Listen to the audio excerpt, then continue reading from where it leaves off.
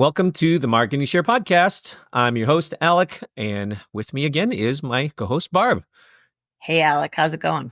We're doing great. The topic for our episode today, you found this one, and I didn't even think of it, and I think it's a really cool topic because it's an area that I've never really gotten into, and it's the perfect topic, I think, that represents the challenges of being a marketer, right? Because how many times have we said that, man, when you lead marketing, sometimes there's stuff that you have to be responsible for and you've never dealt with it before and you have no idea how it goes. And today's topic is that. So tell our listeners what we're talking about today. So the topic today is really about loyalty or partnership programs, if you think about it. Yeah. And oftentimes in marketing, everybody is so concerned with acquisition. How can I acquire more customers? How can I do it more efficiently, right? And what we're also talking about right now is retention is the new acquisition, right? Mm-hmm. And it's really about how can you hang on to those customers, because it always costs more to find a new customer than it does to retain your current customer. So today's focus is all about how do we make our customer relationships stickier, and how do we provide real value beyond just a transaction? Because many companies that we work with, SaaS companies, et cetera, want relationships far more than just transactions. Who doesn't? We want a relationship with our customers. Yeah, for sure. And when you say loyalty, it's really easy to think of the loyalty kind of on the more the consumer side, right? So everyone's familiar with that concept, but it's less, I think, I don't know, I could be wrong. Maybe people disagree, but I think it's less obvious on the B2B side. I mean, it's not like a huge leap, but it's real easy to see the loyalty that just in your personal purchases and things like that. I just think it's a little bit harder to grasp the concept sometimes when it's more in a B2B setting, because you seem like, oh, what, I'm not going to reward them with free this or that. But on the other hand, maybe you should, and maybe there are ways to do it that don't feel that actually feel right. Yeah, loyalty programs should answer the question, why should I do business with you, right? And so in that vein, it's perfect for B2B as well. Right. So let's get started. Okay. Well, hey, let's talk about our guest. Our guest is a person you've worked with a lot, right? So his name is Rob. Yeah, Rob Reid is in the B2B services sector for a hearing company. Yeah. And he runs a retention and loyalty practice services team. And that retention program, actually services over $200 million worth of business. So he's crushing it. Okay. Well, all right. So he knows what he's talking about. Is that what you're saying? Oh, yeah. All right. Well, going to be great to get in and ask him a bunch of questions of this and learn about loyalty programs. Yeah. All right. Let's get it. Let's go.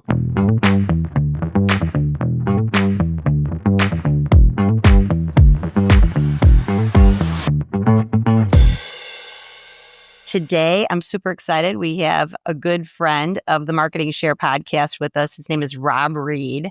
And Rob operates the B2B services sector for hearing and audiology practices. He runs a retention and loyalty program and practice services team that runs $200 million worth of business. So he has really crushed it in the whole loyalty world. Welcome, Rob, to the show. Thank you. Great to be here. Glad to have you here, Rob. Thank you. Roberino, tell us a little bit about your career journey. Tell us where you started out, how you got here. Give us just a short, brief run through. Sure. Early in my career, I was in the optical industry for decades, it seems. And then in 2008, I moved to the hearing healthcare space. And while I was there, I ran 350 North American clinics and did a lot of growth initiatives with that group. And then in 2018, I joined Sonova, where I am now, to help solidify and grow their loyalty program. And over the last 6 years, we've grown the program from about 100 members to almost 900 members over 3 different programs. Like I said, he's crushing it. That's great. Is that where you guys work together? I'm trying to remember. Yeah. We work together actually at 2 places, right? Okay, yeah. Rob's a superstar for sure. So let me ask you this one. Most of us, let's just dial back for a quick second on loyalty programs, right? Okay. Most of us are pretty familiar with loyalty programs. I think the first one that what comes to mind is our airline loyalty program, right? That's kind of the most common one. talk to the evolution of these programs and why you think that they're so popular, Rob. Well, first of all, the airline programs didn't start until the 80s. So loyalty programs are nothing new. They actually date back to the 19th century when the grocery stores used to give the little stamps. You probably remember the green stamps. And you'd go to the grocery store, you get these long stamps, you had to lick them and put them in the books. And then you would take those books back and you could trade them in for groceries or prizes or something like that. So this is nothing new. And it actually was American Airlines in 81 that launched the first airline frequent flyer miles program. And it was based on how many miles you flew. And then obviously Delta took on that and United and such. But, one of the things that has happened lately is loyalty programs have moved more into the digital element, right? Into the digital realm. Most Like everything. Well, exactly, like everything. One of the ones that I often quote is the Starbucks mobile app. Because they've done a lot of different changes with their apps, and first started out with just a basic app that you would, find a location. You could, go and build a drink, but it really didn't have a lot of interactive nature to it. And it didn't start off as a loyalty type of venture. That came much later. I think right now, one of the challenges and one of the things that we're seeing with loyalty programs is it's becoming less transactional. And it's becoming more personalized to engage that customer in getting them to come back and give them feedback. Actually, give the businesses feedback. That's for sure. I didn't really think about that, but you're absolutely right, right? I mean, a great app can make you even more loyal to whatever business you're doing business with, right? I think about my banking app. I would die without my banking app, right? It's convenience. It's absolutely convenience. Yes. Yeah, so that's really a component of your loyalty program for sure. Well, and one of the thing about the apps is they can collect a lot more data than just your purchase history now. They can see business trends, they can see where you're going, they can see which areas of town you're traveling. So there's a lot of data that is captured in the background. So when you're accepting these apps or you're using them, these businesses can actually track and see where you're going, and then they can utilize that information either to open up a location or to close a location if the business, if the traffic patterns change. I've always wondered that I thought the concept has been around, I think, for a long time, that they can use location-based things to trigger offers and things like that. Yes. If somebody's doing that, I feel like for all the dings and notifications and, text things I get, it just seems like the location-based trigger thing still doesn't happen as often as I would have thought it would. Alec, when was the last time you shopped at Home Depot? Actually, I've been doing a project at home, so I've been going there all the time. I use this example because not only does my son work at Home Depot, but we're also doing a project here at the house. Every time I walk through the door, I get a text message from Home Depot.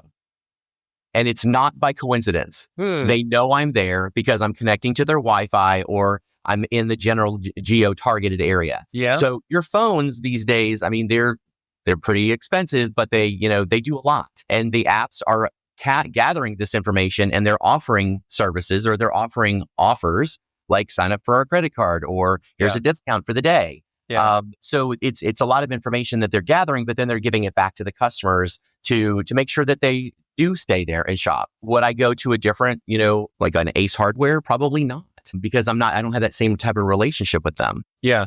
Okay. Do you have the Home Depot app? Because I do. Okay. So I don't have the Home Depot app. Maybe that's why. That could be. That could be. That could I can be. attest to the person who casually shops skincare, that skincare definitely knows that I've been visiting.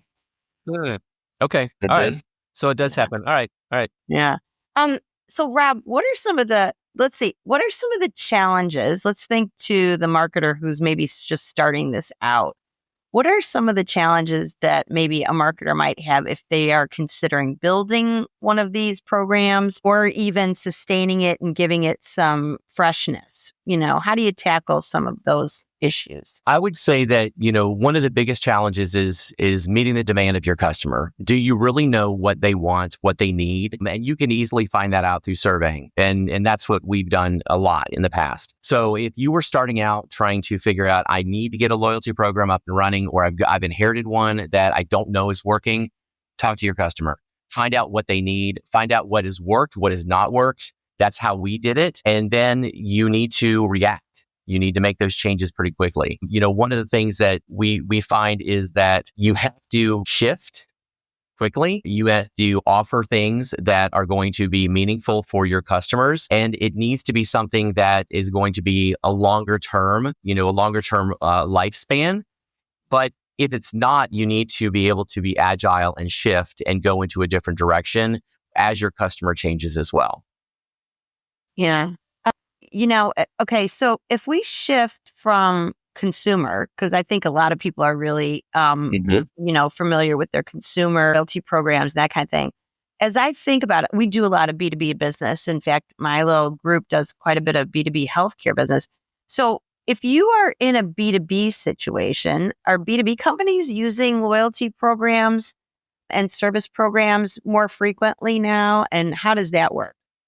They are becoming more common in the B2B space. Now, there's a lot of top companies that are starting to get into this, and you're going to start seeing more and more of this because the manufacturers want that reliable income as well, that reliable customer coming back, and they want to build that loyalty to their brand as well. One of the things that I think is happening more and more is that we're trying to foster those long-term relationships instead of the one-time sale. We want those repeated transactions, and we want to build that relationship with our members or our customers, because at the end of the day, it always costs more to get somebody new versus making somebody existing happier. Mm-hmm. Yeah. In B2B, I'm just curious, is it ever called something different? Maybe they don't call it loyalty, but the essence of it is still loyalty. I'm wondering about call it a partnership program. Yeah. That's common. I've seen that where we're going to partner with growing your business, or we're going to have a trusted advisor come in and help you work with your business. It's basically, at the end of the day, it is providing services and marketing support for your customers to grow. And then in turn, you hope that they're going to purchase from you and not your competitor. I will say that if you don't do something and you've got a long-standing customer, you may not have them for long, because somebody's going to walk in and say, I've got this great program for you and I can help you with your business and I can offset some of your costs. Who wouldn't want to do that? Yeah. Yeah. I mean, flip it around to the SaaS world. Alec, think about that for a minute, right? People are transactional in nature, right? Trying to get you to do a subscription or something. And, they're even using words like, retention is the new acquisition strategy, right? Because, they're really trying to make you stickier with someone and move from transaction to relationship. So how does one do that, right? And yes, the ease of use of our software is for sure part of that. But what else can we do to get stickier with those customer relationships? I think we're seeing that quite a bit in that space as well.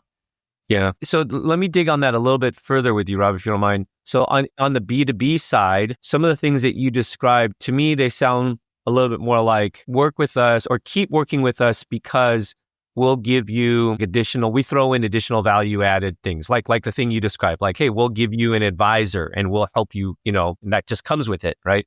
Mm-hmm. Are there other things on the B2B side that have more of that, what you would think of like you get something else in return for? I guess I'm thinking more of still like you get a discount, but you don't, I don't know. And sometimes that happens, what are some other ways that might look? Some of it is discount, right? But we're less likely to discount our products because we believe in them. We don't want to discount them. So what are those things that you can add value? A loyalty program is not a value replacement. It's a value add. So you have to have value in the product, and you have to believe, in your product that you have, that you're putting in front of your customer. But the things that you can add to it, to layer on top of it, is additional support. If you have a call center, you have your call being answered much quicker, or even being answered live. You have other options where you have marketing support. Maybe you have a small internal team that helps market your products, and then you offer those marketing services at a discount or for free on the creative. So there are things that you can do that are not a discount off of your product that you can add that level of support. And it's more about the relationship than it is the money. And when you're building the relationship and you're continuing to hone in on what is necessary or what is wanted from that particular customer, you're going to find the level of services or the list of services that you may need to expand to accommodate your entire customer base.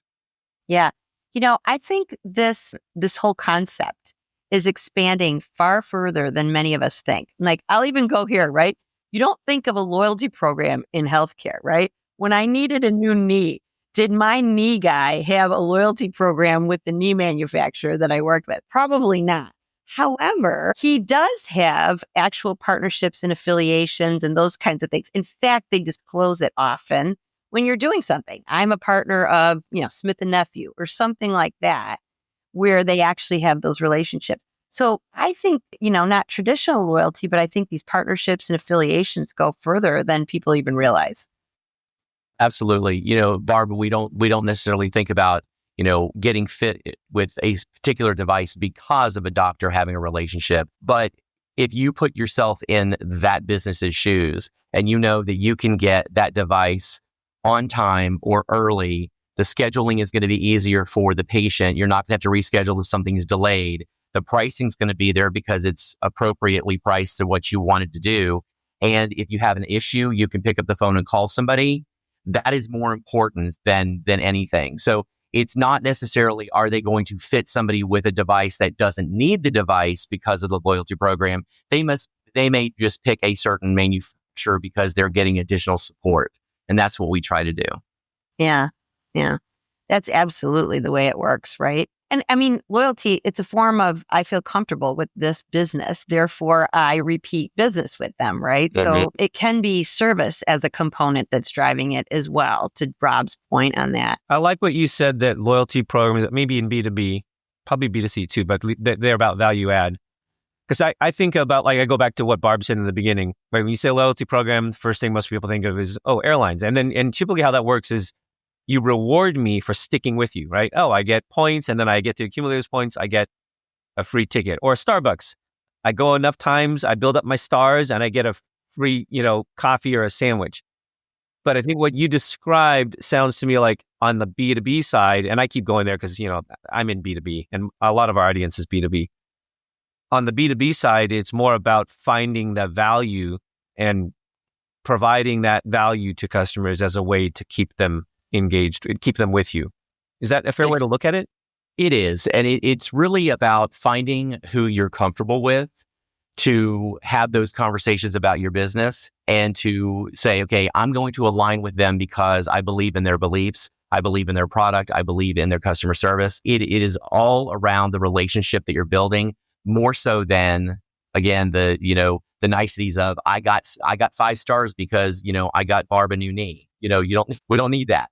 But, when you're looking at the loyalty programs for B2B, it really is about a partnership. It's less about, loyalty and repeat business go hand in hand. We know this. When you're talking about B2B, it really is about who you're going to align with, that you have great products and great customer service and aftercare for you as a business owner, not just your patients. Yeah, I would allude that it's about making to the degree that you as a provider, because Rob's in B2B too, to the degree that you can make your customer a success, you are a success, right? So helping them do that is hand in hand with that. Okay, so let's flip over, Rob, to a small company. Say, what kinds of companies would benefit from that? Could a smaller company benefit as well as a larger company, do you think, for loyalty programs? Absolutely. I don't think that there is a segment that can't benefit from some type of a partnership program or a loyalty program. With the fact that there's so many different choices to purchase goods these days, online, down the street, pop-up shops, all are very popular right now. You have to differentiate yourself. You have to figure out a way to rise above the noise. So maybe that's one of the ways that you can do it. Maybe your competitors are not offering anything like that. So, if you offer that to your patients, to your customers, then you're going to, have that additional care, that additional service that you can provide that helps you. It helps you. But as far as the size, I don't think, there's a bad size. I think that, loyalty and partnership programs are good for all. And, I think that, loyalty programs and partnership programs are a basic need these days. When you look at, the cost of marketing and you look at, everything that goes into building and running a business, if you have something that is a retention program, not only for your patients, but you could even have a patient referral program, which is a form of loyalty as well, then it just helps build your business even further. Yeah. I would think that for a small company, I bet you the thing that might hold them back from entertaining the thought of doing a loyalty program is the cost of doing it or the burden of doing it, right? It's got to take some time and effort and cost and resources. What would you say to that? Is it not as bad as you think? I mean, are there simpler, more straightforward ways that you can actually stand it up and it's really not that much of a burden? From a B2B standpoint, it doesn't cost hardly anything to answer the phone quicker and train your staff a certain way, right? Yeah. So if you have a dedicated line or a dedicated group that is answering your loyalty customer phone calls, then they're just directed over there. You're still paying the same salaries. You're still paying the same benefits. You're just providing that higher level of care to those patients. It does take some effort though. It's not going to be something that you can just throw into, a marketing box and hope that it's going to be there. You need to assign it to somebody. And maybe, from a small business owner, and I'm kind of going into my realm, maybe it's your front desk person that is doing the handwritten postcards or something like that. It could be very easily done and it doesn't have to be elaborate in the beginning. As far as cost wise, it doesn't have to be costly. It could be, just something as far as, calling them or reminding them, doing something a little bit more as far as care, doing the after calls. Some of these things that seem like no brainers from a business standpoint, but they're not happening as often as you think. Let me ask you this one. So for someone, what advice would you have for somebody actually starting it? What's the, couple of key things that you want to keep in mind? I'm hearing you say it's maybe not as quite as costly as you think, but you do have to distinguish the services clearly. What advice would you give somebody who's starting out? I would say keep it very simple. Don't try to jump in with both feet and develop this robust, huge program. It takes time to build, and you also want to grow with the program for your staff as well. When we started the program, I had 2 people on my team, and it took the last 6 years to get to 16 people. If I would have jumped into it with 2 people the way it is today, we would have been buried. Take it easy, take it slow, keep it simple. Don't reward everything. Don't reward everyone. You need to distinguish what you want to do and who you want to do that with. Is it a certain product? Is it a certain customer level that they have?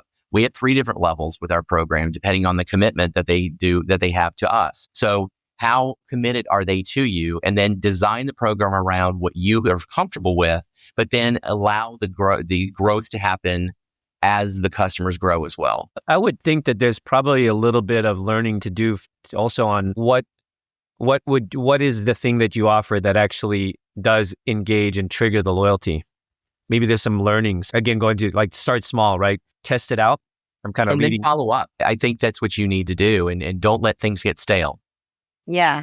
Constantly update your content or update things. But one of the things that we've done a lot is when we're going to do a change or we say, okay, I think it's time for a refresh. We don't do the refresh based on what we think. We survey the customers. We ask them. We have an advisory board. We go out and say, okay, what do you think that we should do? What would this site to do for you? What services do we have that you like, you want to keep? What services would you never use that we have? Because I'll take them off the dashboard because they're just taking up space. And I'd put on there things that actually are going to be meaningful for them. Make it meaningful for the person in the program, not for you. Yeah, good call. Good call. Rob, what do you say to the skeptics, right? Because sometimes in an organization, right, we've all been here, right? They'll go back to the organization. You'd be like, how valuable is this? Is this is like a lot of, effort for our company. How valuable is it? Would we have gotten this business anyway? What do you say to those skeptics? Or do you even have that? We do. That's the $1 million question I get asked, almost annually. How do we know it's working? There's really no way to know if you would have gotten the revenue already or not. Unless, Barb, you got your crystal ball out, you're not going to be able to know what's going to happen in the future. But what I will say is that if you are not offering what they're seeking, what your customers are seeking or your patients, then they will go somewhere else. That is a fact. So I think that, what you want to do is look at what your situation is. And again, it's about communication. It's about trying to find out, what it is that your customers need that you are or are not giving them today, and give them that higher level of care, that higher level of service. But again, don't do it for everyone. You can't do it for everyone, but build that program and build it up to where you have your core repeat business customer coming back to you. And that way you're going to, you know what your segment's going to be. Look at your reporting. So your business reporting over the time frame. What group is the group that is actually giving you the most business? And then look at and find out and ask them, survey them and say, if we were to build a program, would you help us build the program? Would you be willing to give us the information on, what would be good for you? So, Rob, what I think you've done really well in this space is taking it from the reward aspect, right? Here's another reward program to a service kind of program, and to bring in new innovations. Can you speak to some of those new innovations that you've brought to bear in your program? Because, some of them are like ways of, working with new HR services, things like that you wouldn't even think of, that I think are really innovative in this space. Yeah, one of the things, again, it came out of a lot of conversation with our members on, what they needed. And a lot of times it is a sticking point or a pain point that they just don't know or they don't want to do. Like, they don't want to do payroll. Nobody wants to do payroll. They think it's a burden. It takes too much time. So what is it that, we can do? And what we've done is we go and seek the vendors that can be those easy buttons for our members. What can we put out on the dashboard? What can they book that will be beneficial and save them time so then they can get back to seeing patients? Because that's what we want them to do. One of the things that we had talked about is recruiting and staffing. We had a company that was a standard recruiting firm, and that's all they did was recruit, and they would send leads over to our members. But it really wasn't anything that was earth shattering. It wasn't, life changing from that standpoint. They would put an ad in the paper and get about just as many responses. We aligned ourselves with a different company that actually went out and they not only did the recruiting, but they trained the customer on what can you do to be the employer of choice. So it's more about what can you change within your business structure that people want to come to work for you, not that they have to come to work for you or they're interested because there's an ad. They are clamoring and want to bang down your door and ask for a position. That is a completely different mind shift of becoming the employer of choice in your area. And we aligned with a great group to do that training. And then after that, that's when they start recruiting people. They start sending leads. But even beyond that, they will do HR handbooks. They will do a lot of other things as well that are a little bit different than just your normal ad in the paper or on LinkedIn. Love it. Love it. So you're vetting actual resources for them, which is huge for a small business owner. I don't have time to vet resources and call all my friends to see if they're great. That's really a time saver for them. And we do listen to our customers on a regular basis, as I said. And if we have an issue with one of the vendors, we try to resolve it. But there have been cases where we have to switch vendors, and that's okay. We have a couple of rules, and they're not a lot of rules that we have within, our realm is, you need to provide excellent customer service to our members, and you need to have preferred pricing for our members. If you can do those two things, then let's talk. If you can't do those things, then I'm not going to take the meeting. I also am hearing you say that the other way that you're delivering more value through this loyalty program is finding the things that your customers don't want to do or find to be incredibly I wish someone would take this off my hands. And then you're finding a way to incorporate that as a service into your loyalty. Because I'm assuming the things you mentioned, payroll and all that kind of stuff, those aren't services that you offer. It's not like, hey, we'll give you faster customer service or we'll extend you for another 2 months of your contract or something like that. You're actually finding things that your customers want and saying you can get it through our loyalty program. Exactly. Right? Make me money, save me time. Right.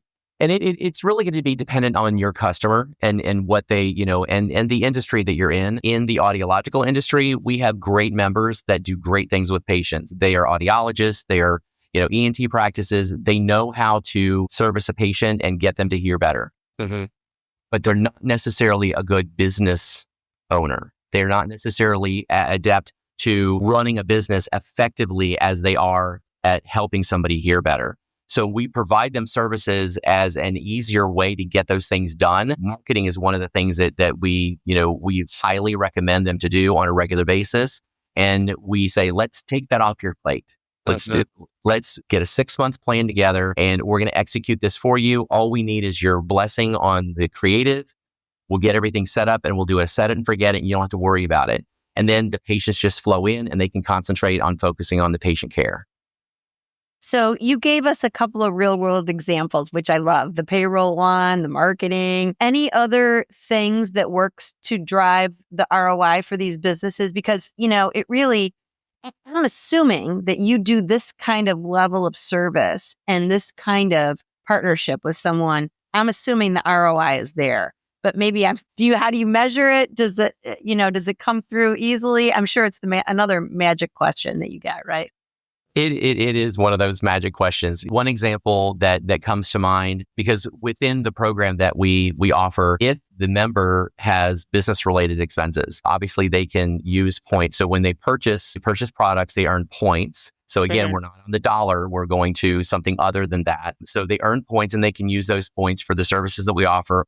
They can be reimbursed if they have a business expense that maybe we don't have a vendor for, as long as it is not a competitor, et cetera. We had one of our members that had sent in, a reimbursement for some audiological equipment, and we happened to notice that they had not done marketing in over 6 months. So we contacted them and said, hey, why don't we look at this a little differently and take this money and put it to use in marketing? And we showed them on a waterfall table of what the expectation, and they took this $7,000 and turned it into $150,000 of revenue in less than, a month's time frame. And they paid for their own, audiological equipment. So, okay. So for the guests of the marketing share or the people in the marketing share, they're all wondering how they can actually turn that ROI around, because that's a pretty good one for any market. It was a very specific item that was being marketed in a very specific targeted area. But I think, the reason that I bring it up is be aware of what you're using your points for or what you're using your funds for.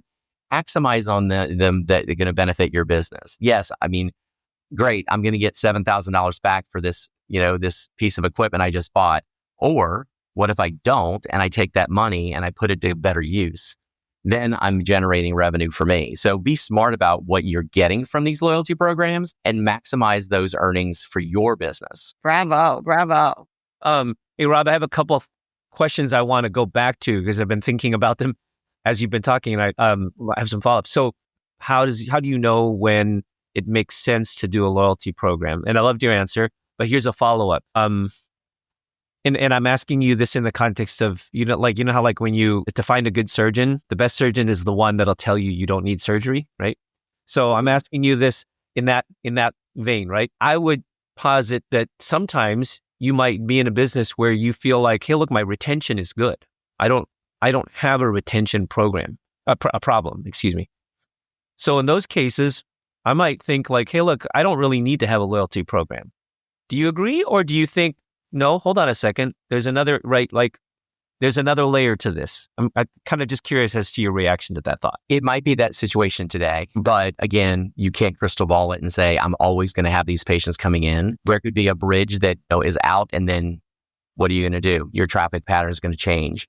If you get kicked out of your space because of the landlord selling the building or whatever, what are you going to do in that case? Because your traffic pattern is going to change. I would say that, a loyalty program, again, is a benefit, and it solidifies the relationship that you have with your patients. I would also venture a guess that depending on the industry that they're in, they may not have repeat business. They may be doing the one time and then it's service after the transaction, but they're not getting somebody to come back in for another transaction completely. It's more of a follow-up at that. there's many industries that you can look at, from in the hearing space or automobile space or, large equipment of any type. Are they going back and buying from that same location again, and why? And they may not be, but they could be. It really depends. I don't also know that get, many. I don't know that many businesses, other than the bridal industry, where you only get married once, supposedly, but maybe that's not even the case either. That you don't need some sort of a retention strategy. well, exactly. And I also look at this from, when we talk about managed care and we talk about, should we do managed care? Should we not do managed care? It's very similar with loyalty. If you don't, then don't be surprised if somebody walks by your door to go to somewhere else that has a loyalty program. Yeah. Right. Yeah. I mean, you just be smart about it. Obviously, if you are completely booked out and everything's great and you have patients coming back, maybe you put it off, but eventually you're going to need to implement something, a recall program or something that is going to turn into a loyalty program. And it doesn't have to be something elaborate. It could be something very simple and small.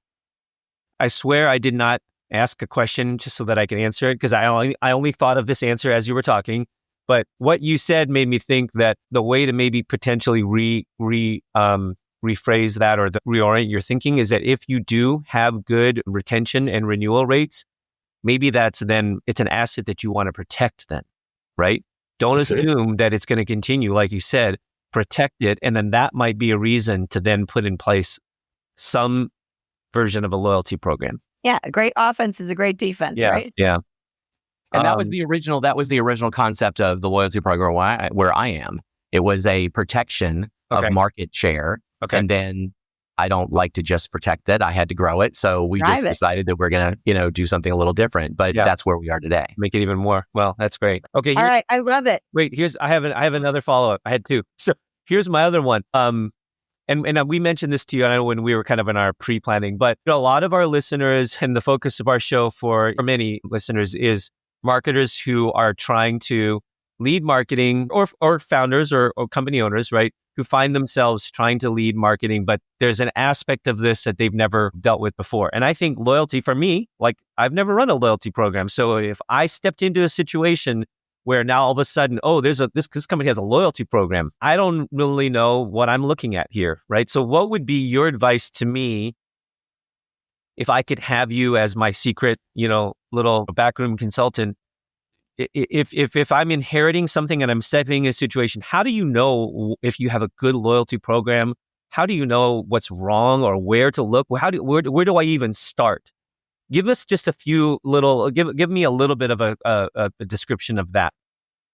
So I would say first, you need to find out who's in the program and then look at the trends of those customers. Are they growing year over year? Are those members growing at a higher rate than your other customers that are not in the program? That's going to give you a baseline to say, okay, this is working, or it's not working well enough for me to invest more money into it. I think the other thing is peek behind the curtain. You really need to figure out what's going on and see what services you have, what you're talking about, and then what you're actually implementing and putting out to the customers. You can put a great website up and say, we have all kinds of stuff, but unless you can back it up, it's going to be very short-lived.